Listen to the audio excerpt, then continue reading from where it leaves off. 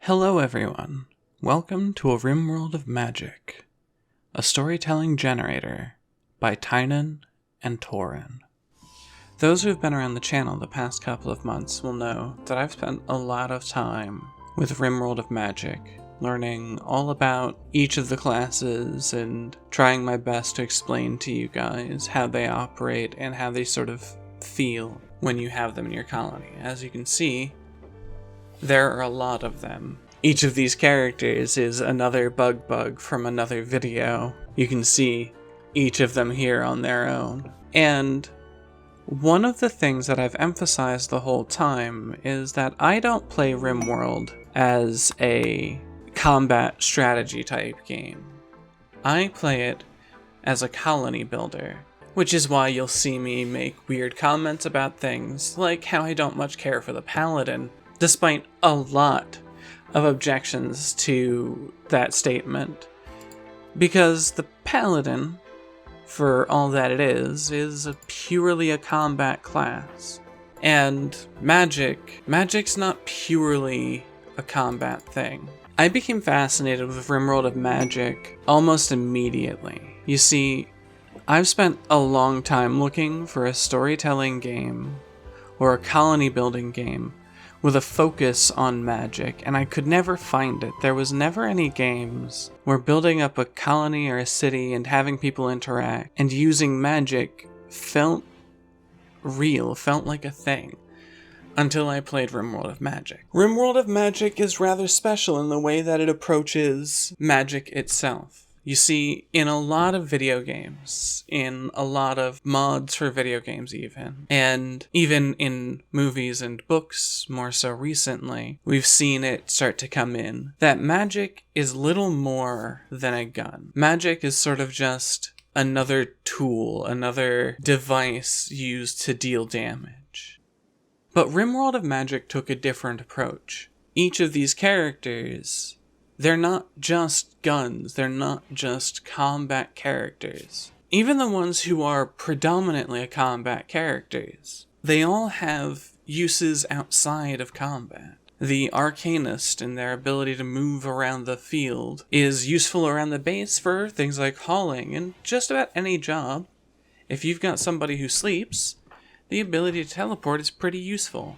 The Blood Mage, I originally expected them to only be a combat class, but as we found out in the guide, Blood Shield can actually be used to heal your allies, and Blood for Blood is used to sustain themselves. Every one of these characters has abilities that make them useful around the colony. I actually got to sit down and talk with Torin, and he had a handful of sort of interesting things to say on the topic. Right, so yeah, it's surprising. Early on I got some complaints that, everything should be some derivative of the Fire Mage, which was one of the first classes, and I kind of disagreed with that. One, because Rimworld has such a diverse, amount of events and actions that you can do, and I felt that whatever I did with Rimworld of Magic, I wanted to incorporate and kind of make it fit Rimworld, and so that's why you get a lot of different things. Some of them, like if you take the Chronomancer, is strange, I guess, if you look at it in a certain aspect, but that's how time magic fits into Rimworld. It feels evident to me, by listening to Torin speak and by looking at the classes in Rimworld of Magic, he's not thinking of these characters as simply being their class, but they're people as well. They're stories to be told, and so on. Even your basic Fire Mage, who might have at one point just been, I cast Fireball and kill everyone, has developed into a person with the ability Inner Fire, or as was previously Ray of Hope. They start to implement their abilities as part of a society, a culture, a world even. No one can be a gun all of the time, and sometimes a gun doesn't want to be a gun. It's this really interesting revelation of Rimworld of Magic that has every spellcaster being a person, and that's what makes it so fascinating. Such a great mod. I'm talking about this in part because I often get asked the question, so are you going to cover cures?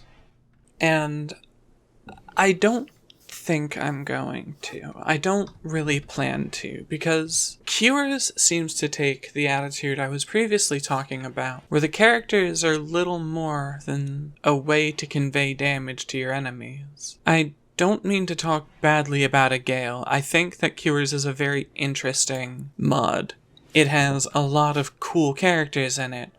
Ones who can shoot fire over great distances, cause massive explosions. But Cures classes just don't have what I think really makes Rimworld of Magic special. And I think that the inspiration for it is really part of what it comes down to. If I'm allowed to make some conjecture, it would seem that a lot of Cures classes seem to be inspired by more modern video games and anime and things like that, where Torin was inspired by, well, we can listen to what he said. Right, so when it's partly that. Obviously, there's a lot of different sources for, the inspiration of what I develop and put into Rimworld of Magic. Obviously, Dungeons and Dragons has a huge influence.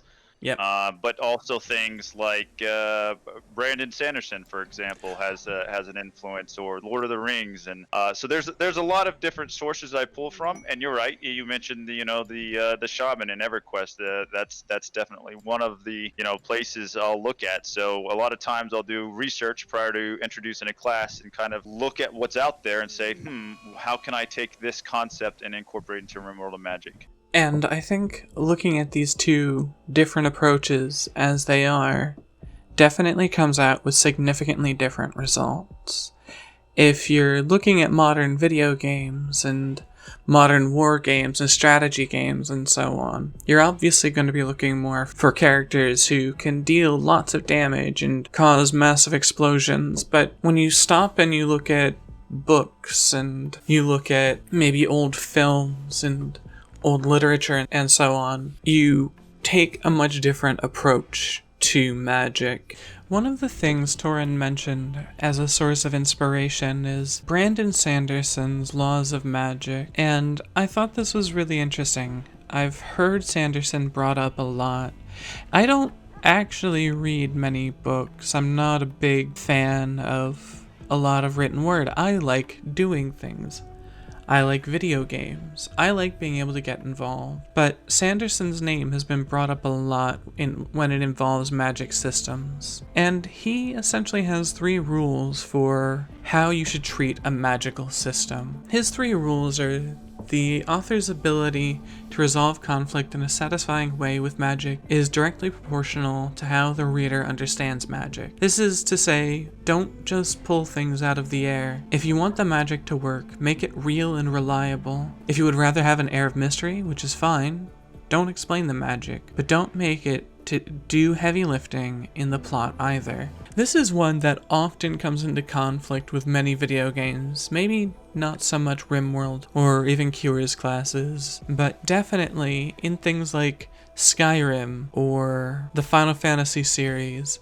There's a lot of magic that gets used that you can never partake in, you have no understanding of. The second law from Sanderson is that weaknesses are more interesting than powers. The second law essentially is to say that the things magic can't do is where your story and your character conflicts come from. This is part of what makes an early level Chaos Mage interesting, because a low level Chaos Mage with Chaos Tradition relies upon chance to gain new abilities. And even at their higher levels, you can still end up in positions a lot where they're utterly useless, even with their near limitless power. A lot of video games have trouble with this one because they want you to be able to accomplish anything. But like the rule says, though, what you can't do is what makes the actual story. It forces you as the player to work harder on overcoming, and it makes the story more interesting. I mean, think about it. When you read Superman or Batman, the things that are interesting about them are never their super strength, Superman being one of people's least favorite heroes. Why? Because they think of him as having no limits. And it's within those limits where we take interest in the story. Sanderson's third rule is to expand, but don't add. This is to say that you build on the existing powers, you connect them to one another in the world beyond, and streamline them into stronger world-building elements. But don't just shotgun out 1,000 new ideas. And this was one of the things that actually came up in conversation with Torin as well, with the Arcane Power Node spell.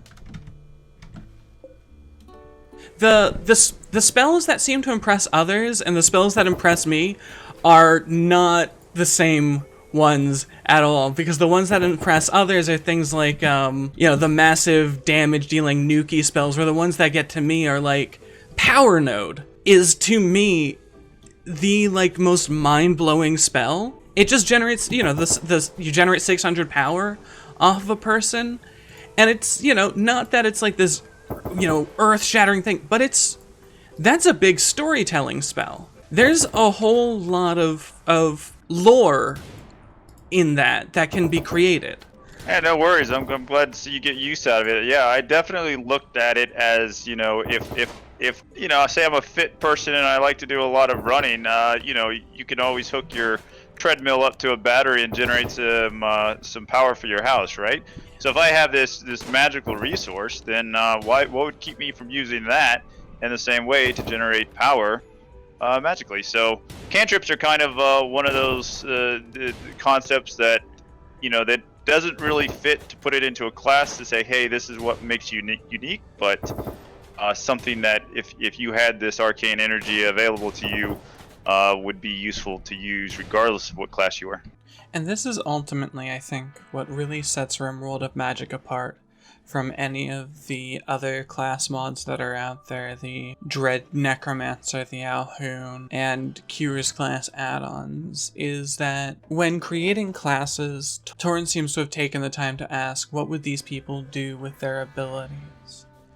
Going forward, I would really like to play more games that have that sort of focus on magic, asking the question, what would people do with it?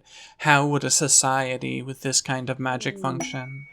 And then also play more games with interesting magical systems, things that let magic connect to magic itself in a more in-depth way. I've streamed Noida a couple of times, and there used to be a series on this channel that I did with Skyrim for the Spell Research mod that I think I would like to revisit. There are a lot of games coming out with new approaches to magic, and I'm not going to catch all of them, but I think I would like to explore magic more in video games. Getting to see how magic is used within these games, and talk more about how I think we can improve magic in the games that we play. I really love Rimworld of Magic.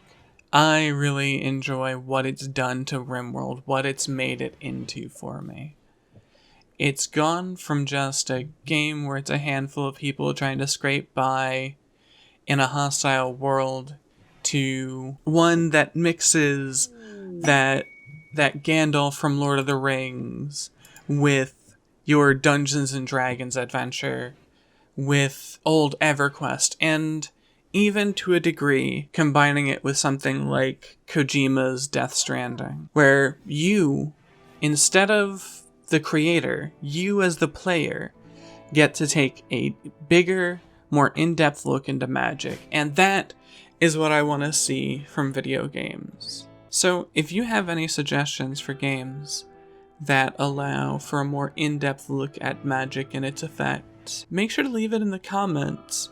If you're interested in seeing more videos about magic in video games, the ways it's, I think, underserved and how I think we could make it better, then go ahead and subscribe, because I plan on doing this for a while if I can.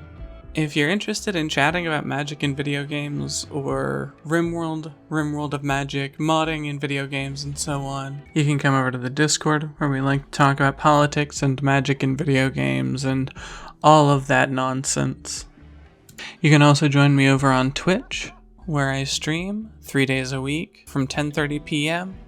until 2 a.m.